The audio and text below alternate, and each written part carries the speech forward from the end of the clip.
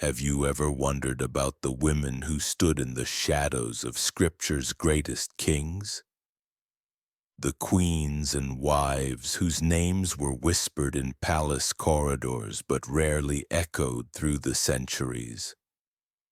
Tonight we're pulling back the ancient veil to reveal 7 hidden wives of biblical royalty whose stories have been buried beneath the weight of time and tradition. These weren't just political arrangements or footnotes in royal genealogies. These were flesh and blood women who shaped kingdoms, influenced destinies, and left fingerprints on the very foundations of biblical history. Yet somehow their voices have been muffled by centuries of retelling, their contributions overshadowed by their more famous husbands. But what if I told you that without these forgotten queens, some of Scripture's most pivotal moments might never have unfolded? What if the rise and fall of entire dynasties hinged on decisions made by women whose names you've probably never heard? And what if their hidden stories reveal truths about power, faith, and human nature that could transform how you read the Bible forever? If you're ready to uncover these buried treasures of biblical history, type 7 in the comments below. And make sure you stay until the end, because the 7th wife on our list will shock you with a revelation that most scholars have missed for over 2,000 years. Let me ask you something. When you think of King David, what comes to mind? The shepherd boy who slew Goliath, the psalmist who poured out his heart to God, the warrior king who united Israel? But did you know that David had multiple wives, and among them was a woman whose story reads like ancient political thriller? Her name was Maacah, and she wasn't just any wife. She was the daughter of Talmai, king of Geshur, a strategic alliance that would echo through generations. But here's where it gets fascinating. Maacah gave birth to Absalom, the son who would later rebel against his own father and nearly tear the kingdom apart. Think about that for a moment. This foreign princess, married for diplomatic reasons, became the mother of one of the Bible's most complex and tragic figures. Was it coincidence, or did Maacah's royal blood and political upbringing shape Absalom's ambitious spirit?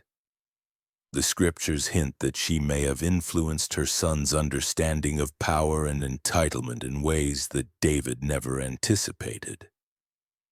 But Maacah's influence didn't stop with Absalom. She also gave David a daughter named Tamar, whose own tragic story would become the catalyst for the very rebellion that nearly destroyed the kingdom. Can you see the pattern emerging?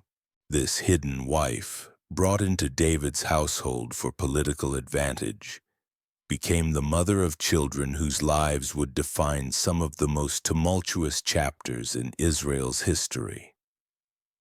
Yet most people have never heard her name. Why? Because she was a foreign woman in a narrative that often focused on Israelite lineage. Because she was a wife among many in a culture that rarely celebrated the individual contributions of women. But without understanding Maacah's role, we miss crucial context for understanding why David's family became so fractured and why his later years were marked by such devastating internal conflict.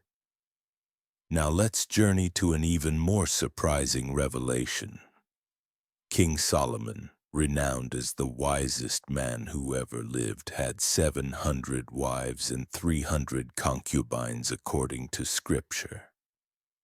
Most of these unions were political alliances, but there's one wife whose identity has been debated for centuries, and whose discovery changes everything we thought we knew about Solomon's reign.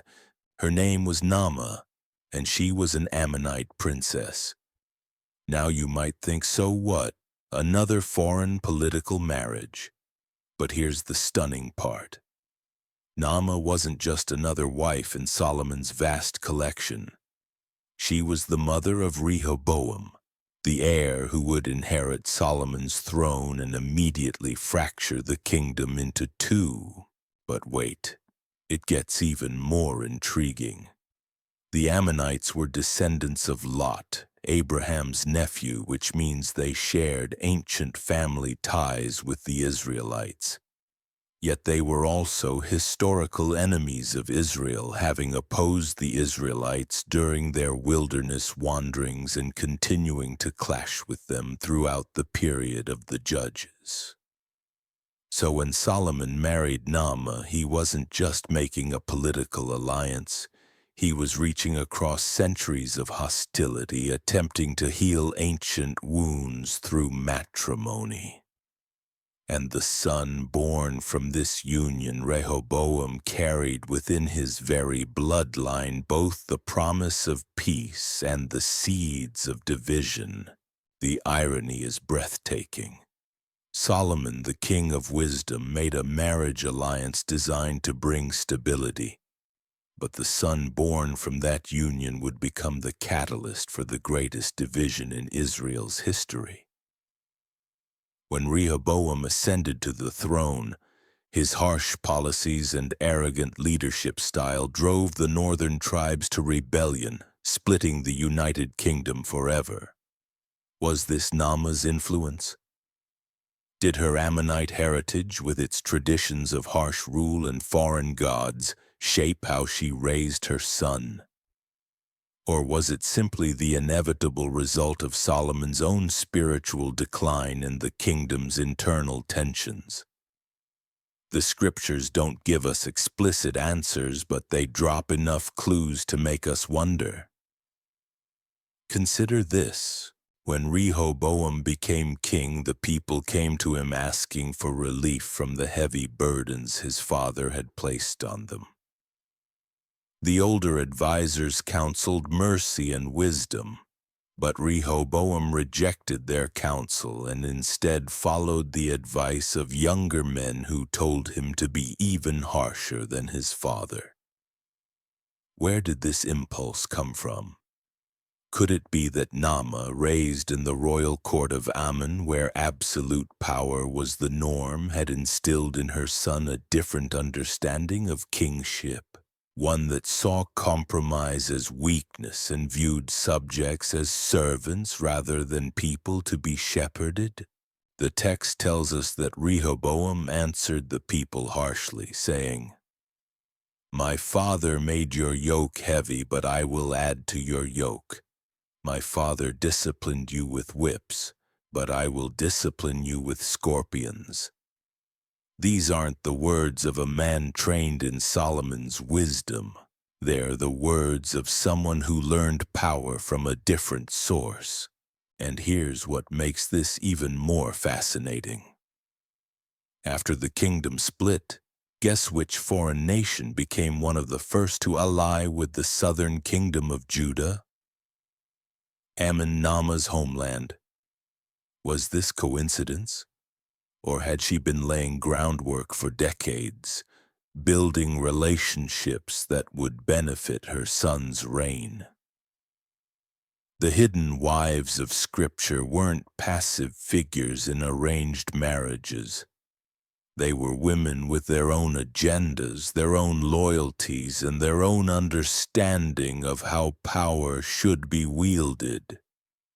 And their influence often extended far beyond their lifetimes, shaping the destinies of nations through the children they raised and the values they passed down.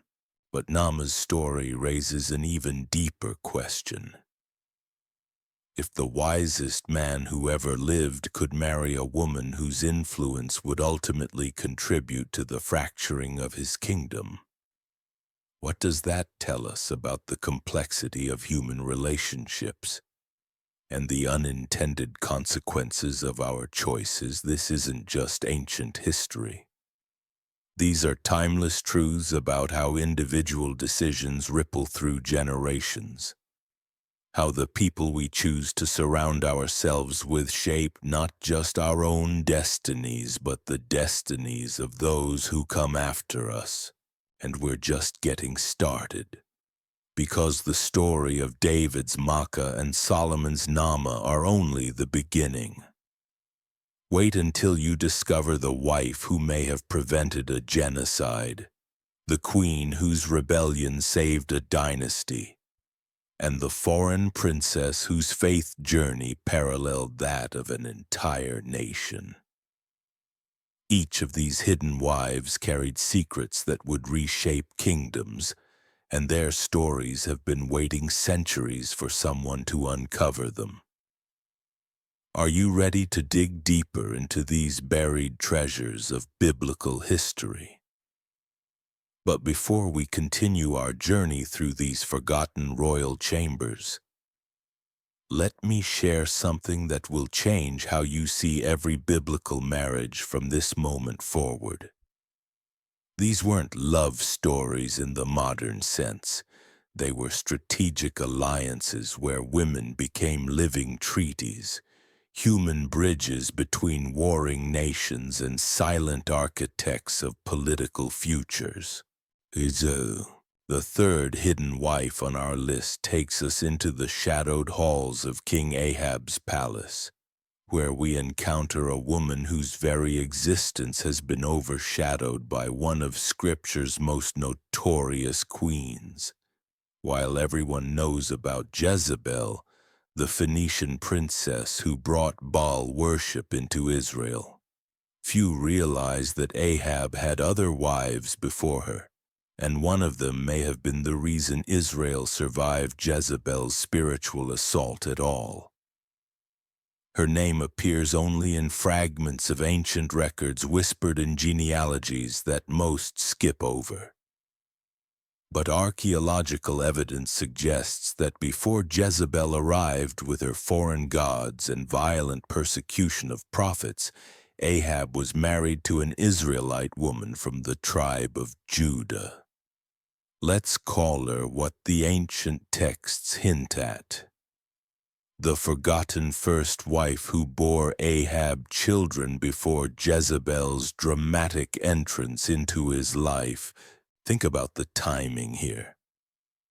When Jezebel launched her campaign to eliminate every prophet of Yahweh from Israel, systematically hunting down God's messengers and establishing shrines to Baal throughout the kingdom, why did some pockets of faithful Israelites survive? How did Obadiah, Ahab's own palace administrator, manage to hide 100 prophets in caves and feed them bread and water without detection? Could it be that this first wife, with her deep roots in Israelite faith and her established relationships within the palace, provided the protective network that kept the flame of true worship alive during Israel's darkest spiritual hour? The scriptures tell us that even in Ahab's household, not everyone bowed the knee to Baal.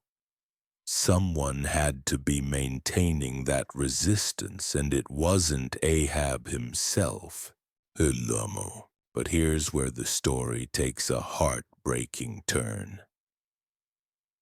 When Jezebel arrived as the new queen, this first wife didn't simply fade into the background. Ancient marriage customs of the time suggest she would have remained in the household, but her influence would have been systematically dismantled. Her children, once heirs to the throne, would have found themselves competing with Jezebel's offspring for their father's attention and the kingdom's future. Imagine the tension in that palace. On one side, Jezebel with her foreign gods, her priests of Baal, and her violent persecution of anyone who opposed her religious reforms. On the other side, a woman whose entire identity was rooted in the faith of Abraham, Isaac, and Jacob, watching helplessly as her husband's kingdom descended into spiritual chaos. But she didn't remain helpless for long. Evidence suggests that this forgotten wife became the quiet center of a resistance movement that operated right under Jezebel's nose. While the infamous queen was busy building altars to foreign gods, this hidden wife was secretly funding safe houses for fleeing prophets and maintaining underground networks of faithful Israelites. The most stunning part: when Elijah finally confronted the prophets of Baal on Mount Carmel, the logistics for that confrontation had to be arranged by someone with access to palace resources and intimate knowledge of Ahab's schedule.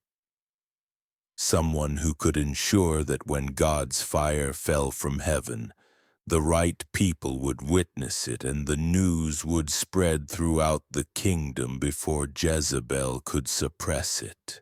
This wasn't coincidence. This was careful planning by someone who understood both the political landscape and the spiritual stakes involved. Someone who had been preparing for that moment for years, building networks and positioning resources for the day when God would finally reveal his power in an undeniable way. And when that fire fell, consuming not just the sacrifice but the stones and the water around the altar, this forgotten wife's networks ensured that the news traveled faster than Jezebel's messengers could move to silence it. For one brief shining moment, the hidden faithfulness of a forgotten queen helped turn an entire nation back to God. But victory came at a cost. When Jezebel discovered the extent of the underground resistance movement, her revenge was swift and brutal. Historical fragments suggest that Ahab's first wife disappeared from the palace shortly after Mount Carmel, her fate lost to the silence that surrounds so many of Scripture's hidden women. Yet her legacy lived on in the children she had trained, the network she had built, and the faithful remnant she had helped preserve through Israel's darkest night. Without her quiet courage, Elijah's victory might have remained isolated, and the spiritual reformation that followed might never have taken root. This pattern of hidden influence appears again and again in the royal houses of Scripture.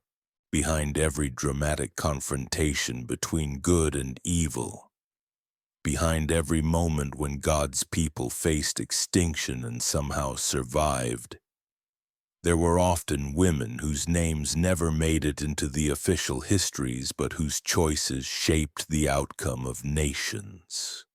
Our fourth hidden wife takes us into an even more surprising corner of biblical history, where we discover a woman whose marriage may have prevented the complete destruction of the Davidic line and preserved the genealogy through which the Messiah would eventually come.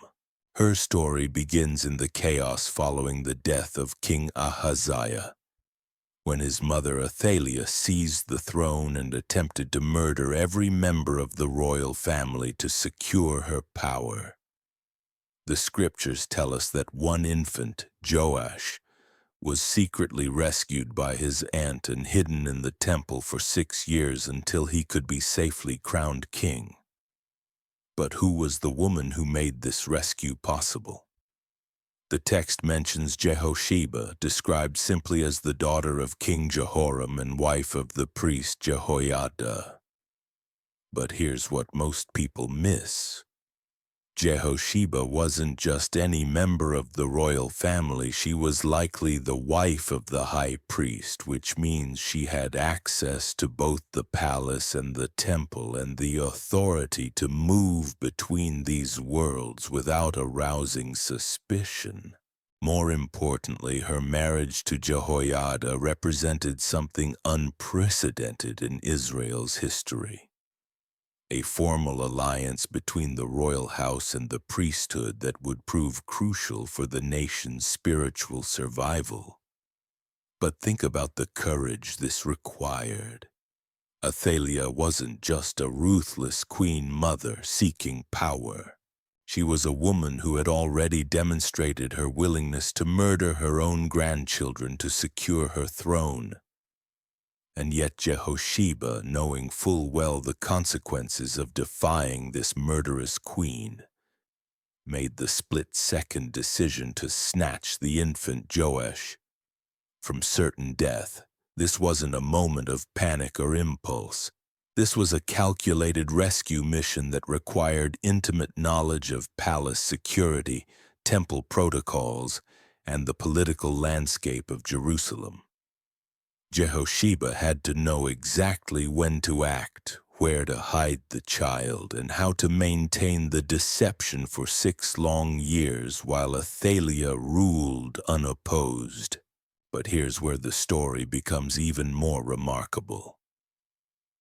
During those 6 years of hiding, someone had to raise this royal child, educate him in the ways of kingship, and prepare him for the day when he would reclaim his throne. Someone had to teach him the laws of Moses, the history of his people, and the sacred responsibilities that came with wearing David's crown. That someone was Jehosheba. While history remembers her husband Jehoiada as the mastermind behind Joash's eventual coronation, it was this hidden wife who spent day after day, year after year, nurturing the last hope of the Davidic dynasty in the secret chambers of the temple. The irony is breathtaking. While Athaliah sat on David's throne, believing she had successfully eliminated every threat to her power, the true heir was being raised just steps away in the house of God by a woman whose very existence Athaliah had forgotten about. And when the moment finally came for Joash to be revealed and crowned, it was Jehosheba's careful preparation that made it possible. The 7-year-old boy who emerged from the temple that day wasn't just a surviving member of the royal family. He was a king who had been trained by someone who understood both the sacred and the secular dimensions of leadership. The text tells us that when Joash was crowned, all the people of the land rejoiced and the city was peaceful. But what it doesn't explicitly say is that this peaceful transition was only possible because of the foundation Jehosheba had laid during those hidden years. She had raised a king who understood that his power came not from military might or political maneuvering, but from his covenant relationship with God. Our 5th hidden wife takes us into territory that most biblical scholars have overlooked entirely, where we encounter a woman whose marriage alliance may have been the key to understanding one of the Old Testament's most mysterious political relationships. Her name was Hamutal, and she was the wife of King Josiah, one of Judah's greatest reformer kings. But here's what makes her story fascinating. Hamutal wasn't just another royal wife. She was the daughter of Jeremiah of Libnah, which means she came from a family with deep priestly connections and a tradition of spiritual leadership. Now think about the timing. When Josiah launched his massive religious reforms, tearing down the high places, destroying the idols, and restoring proper worship in the temple, he needed more than royal authority to succeed. He needed spiritual credibility and the support of the faithful remnant who had maintained true worship during the dark years of his predecessors. Could it be that Hamutal provided that crucial bridge between the royal court and the faithful priests who had been waiting for someone with the courage to restore proper worship? Her family connections would have given Josiah instant access to networks of faithful believers who had been operating underground during the reigns of Manasseh and Amon. But Hamutal's influence extended beyond her husband's reforms. She gave birth to two sons who would both become kings of Judah, Jehoahaz and Zedekiah. And here's where her hidden influence becomes even more significant. These weren't just any kings. They were the last kings of Judah, the men who would oversee the final collapse of the southern kingdom and the beginning of the Babylonian exile. Yet both of these kings, despite ruling during the darkest period in Judah's history, maintained their faith in Yahweh. Even when Jerusalem was under siege, even when the temple was being destroyed, even when their people were being marched into exile, they never abandoned the God of their fathers. Where did this spiritual resilience come from? Could it be that Hamutal, raised in a family that had maintained faithful worship through decades of apostasy, had instilled in her sons an unshakable foundation that no earthly catastrophe could destroy? The evidence is subtle but compelling. When Jeremiah the prophet delivered his harsh messages of judgment to these final kings, they listened. They didn't always obey, but they didn't kill the messenger either, which was remarkable considering that most kings of that era executed prophets who brought unwelcome news. More importantly, both Jehoahaz and Zedekiah showed concern for their people's spiritual welfare even as their political world collapsed around them. These weren't the actions of kings who saw religion as merely a tool for political control. These were the actions of men who had been raised by someone who taught them that their ultimate accountability was to God, not to earthly power. But Hamutal's most lasting influence may have been in preserving the spiritual heritage that would sustain the Jewish people during their exile in Babylon.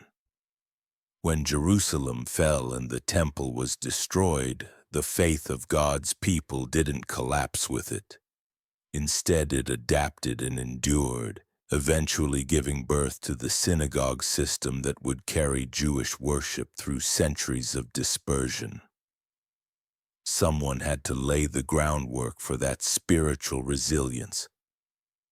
Someone had to teach the final generation of Judean leadership that their identity wasn't tied to a place or a building, but to an eternal covenant with the living God.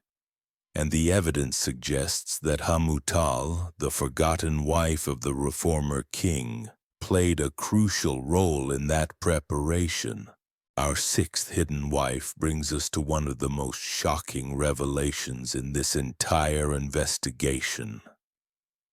Deep in the genealogical records buried beneath layers of translation and tradition, we find evidence of a marriage that challenges everything most people think they know about the purity of Israel's royal bloodline. Her name was Zeruiah, and she was King David's sister. But here's the stunning part that most people miss. Zeruiah wasn't just David's sister by blood, she was also the mother of three of his most important military commanders, Joab, Abishai, and Asahel. And the man she married, the father of these legendary warriors, was an Ishmaelite named Jether. Stop and think about what this means. David's own nephews, the men who would lead Israel's armies and shape the military policies of his kingdom, were half Ishmaelite. They carried the blood of Abraham through both Isaac and Ishmael, making them living symbols of the complex family dynamics that had shaped Middle Eastern politics since the patriarch's time. But why has this connection been obscured in most biblical translations and commentaries? Because it challenges the neat categories that later interpreters wanted to impose on Israel's history. The idea that David's own family included Ishmaelite blood, that his most trusted military leaders were descended from the very people group that would later be seen as Israel's enemies, doesn't fit comfortable theological boxes. Yet this hidden marriage alliance may explain some of David's most successful military strategies. When he expanded Israel's borders and established diplomatic relationships with surrounding nations, he wasn't operating purely as an outsider trying to impose his will on foreign peoples. He was working through family connections that gave him credibility and access that purely Israelite leadership might not have possessed. Think about Joab's remarkable career. This man served as David's military commander for decades, navigating complex political situations and maintaining loyalty relationships that extended far beyond Israel's borders. Could it be that his Ishmaelite heritage gave him cultural insights and diplomatic connections that made him uniquely effective in his role? The implications go even deeper. If David's most trusted military advisors carried mixed heritage, what does that tell us about his understanding of God's covenant promises? Was David's vision of Israel's future more inclusive than later interpreters assumed? Did he see God's blessing extending beyond ethnic boundaries in ways that wouldn't be fully understood until the New Testament era? This hidden marriage also explains some puzzling aspects of David's foreign policy. When he established alliances with surrounding nations, when he showed mercy to defeated enemies, when he incorporated foreign warriors into his personal guard, he wasn't just being politically pragmatic.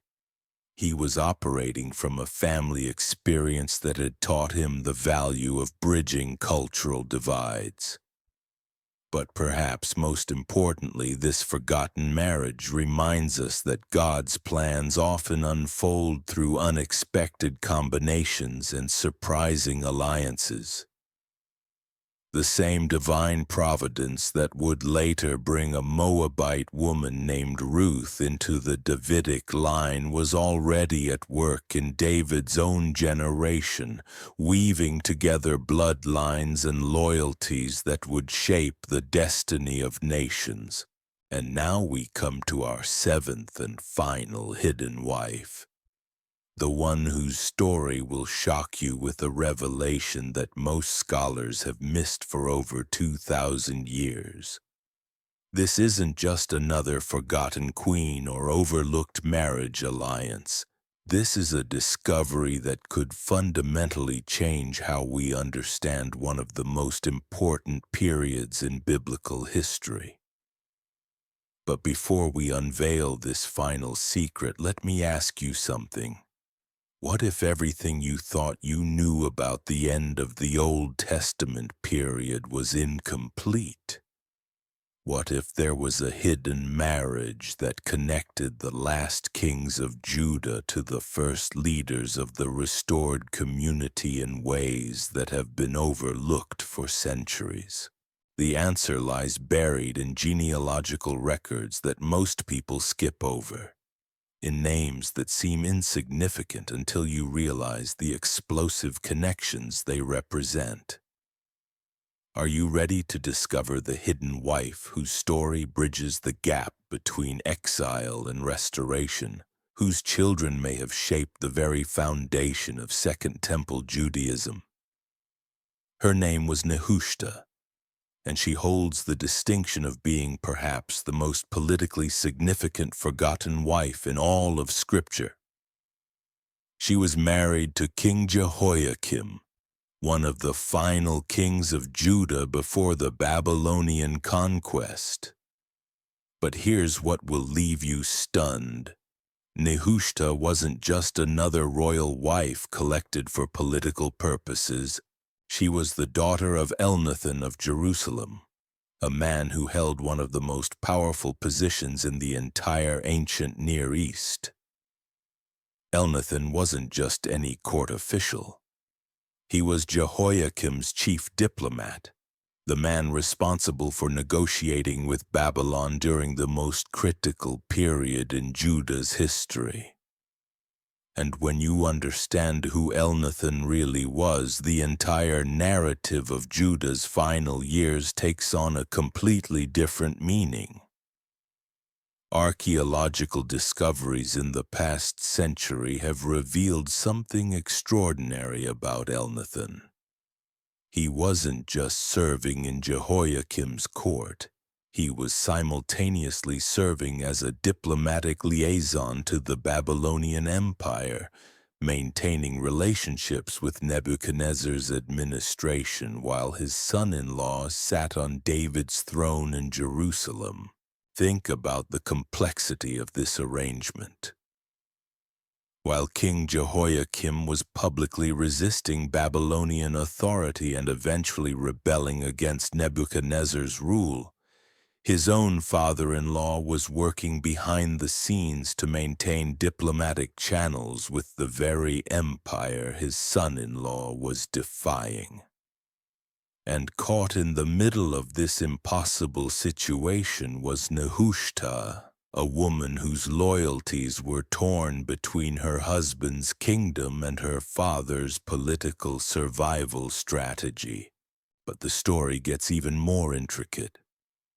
When Jehoiakim died under mysterious circumstances, possibly assassinated for his rebellion against Babylon, it was his 18-year-old son, Jehoiakin, who inherited the throne. And Jehoiakin's mother was none other than Nehushta. Suddenly, this hidden wife found herself as the queen mother of Judah during the most dangerous period in the nation's history. Here's where most people miss the crucial detail. When Nebuchadnezzar finally besieged Jerusalem and forced the young king Jehoiakin to surrender, the Babylonian records don't just mention the king being taken into exile. They specifically name Nehushta, the queen mother, as one of the primary captives. Why would a foreign emperor care about the king's mother unless she held significant political influence? The answer lies in what happened next. During the exile period, Jehoiakin wasn't just another prisoner in Babylon. The cuneiform tablets discovered in the ruins of ancient Babylon reveal that he was given a place of honor in Nebuchadnezzar's court, receiving regular food allowances and being treated more like a guest than a captive. Someone had negotiated for this preferential treatment, and that someone was almost certainly Nehushta, working through her father's diplomatic connections that changes everything. But here's the revelation. When we trace the genealogical records forward from the exile period, we discover that Nehushta's influence extended far beyond her own lifetime. Her son Jehoiakin, despite being taken captive as a teenager, eventually fathered children in Babylon who would become crucial figures in the restoration of Jerusalem decades later. One of those descendants was Zerubbabel, the man who would lead the first wave of Jewish exiles back to Jerusalem and oversee the rebuilding of the temple. But here's what most scholars have overlooked. Zerubbabel's authority to lead this restoration wasn't just based on his royal lineage. It was based on political connections that had been carefully maintained through the exile period by family networks that traced back to Nehushta's diplomatic heritage. The Persian Emperor Cyrus didn't just randomly decide to let the Jewish exiles return home. That decision was the result of decades of careful diplomacy and relationship building by people who understood how to navigate imperial politics. And at the center of those networks was the hidden legacy of a forgotten queen mother who had learned statecraft from one of the most skilled diplomats of her generation. Think about what this means for our understanding of biblical history. The restoration of Jerusalem, the rebuilding of the temple, the reestablishment of Jewish worship in the Promised Land. None of this happened by accident. It was the culmination of a political strategy that had been developing for generations, guided by people who understood that survival sometimes required working within enemy systems rather than simply opposing them. Nehushta represents something that most biblical narratives gloss over: the reality that God's people often had to make impossible choices between competing loyalties, and that sometimes faithfulness to God required political sophistication rather than simple resistance. She was a woman who had to navigate between her husband's rebellion and her father's pragmatism, between her son's captivity and her people's future hope. And here's the most stunning part of all. When we trace the genealogical lines forward from Nehushta's family, we discover connections that extend all the way into the New Testament period. The political networks and diplomatic relationships that she helped establish during the exile period created the foundation for Jewish survival and eventual restoration that would last for centuries. Some scholars now believe that without the hidden influence of forgotten queens like Nehushta, the Jewish people might not have survived the Babylonian exile at all. Their ability to maintain their identity, preserve their scriptures, and eventually return to rebuild Jerusalem depended on women who understood that sometimes the most faithful thing you can do is work quietly behind the scenes, building bridges and maintaining relationships that others might see as compromise. These 7 hidden wives remind us that God's greatest victories often unfold through forgotten voices working in shadows. Their stories challenge us to look beyond the obvious narratives and discover the quiet courage that shapes kingdoms. Which of these forgotten queens speaks to your heart? Share your thoughts below. And don't forget to subscribe for more biblical mysteries that will transform how you read Scripture forever.